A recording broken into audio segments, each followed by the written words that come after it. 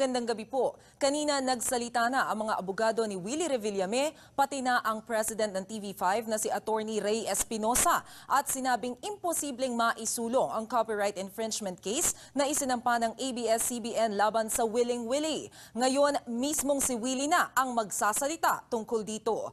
Live mula sa Makati, may update si MJ Marfori. MJ? Maraming salamat, Maricel. Nandito nga tayo ngayon sa Makati. At mismong si Willie Revillame na ang magbibigay ng mensahe para sa ating mga kapatid. Magandang gabi, Willie. Magandang gabi sa'yo.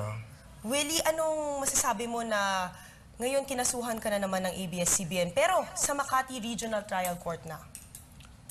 Actually, hindi ko nga maintindihan bakit galit na galit sa akin ng ABS-CBN. Sila naman ang nagtanggal ng programa ng Wawawi. Sila naman ang nagsabi sa akin na hindi na ako tanggap ng tao. Nag-file sila ng case sa Quezon City, na-junk yung TRO. Yung mataas na korte na, sa Court of Appeals, na-junk yung TRO.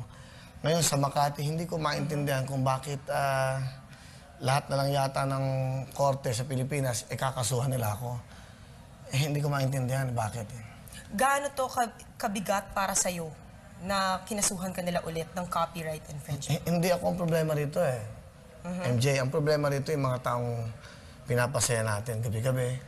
Ang iniisip ko dito yung mga taong ni piso, ni 5, 5 piso wala sa bulsa, makahingi lang ng pamasahe sa programa. Doon ako concern eh. Kung ako, yung staff namin, siyempre kahit paano may trabaho kami, yung mga crew namin.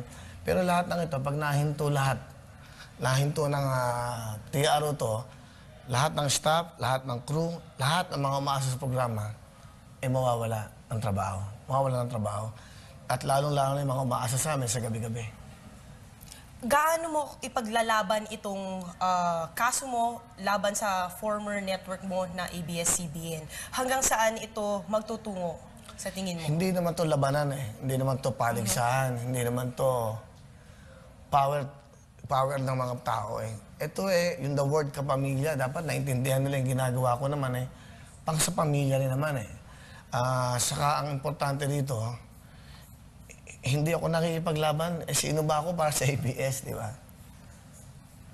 Sino ba yung katulad ko na gusto lang magpasaya, gusto lang magbigay ng tulong? Napakahigante ng ABS para labanan ko yan.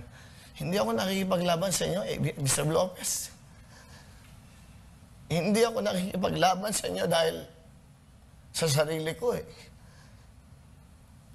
Yung mga taong umaasa sa amin, basurero, di ba? Lahat ng taong ito, kung pamilya kayo, dapat iniisip yung kaligayahan ng tao.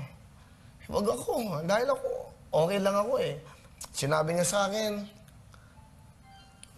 sa akin na hindi na ako kailangan dyan kasi ayaw na ako ng mga tao sa email, sa lahat ng mga nag-i-email sa inyo.